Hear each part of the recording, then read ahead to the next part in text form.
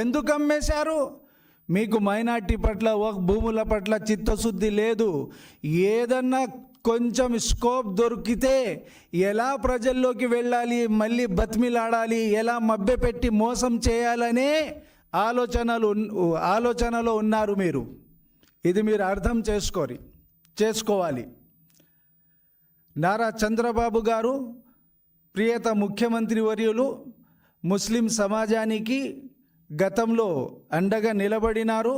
రాష్ట్రంలో ఉన్న భూముల్ని తప్పకుండా 1 ఇంచు భూమి కూడా ఎవరు కాజేయడానికి అర్హత ఉండదు. ఆ స్కోప్ కూడా 100% ఉండదు.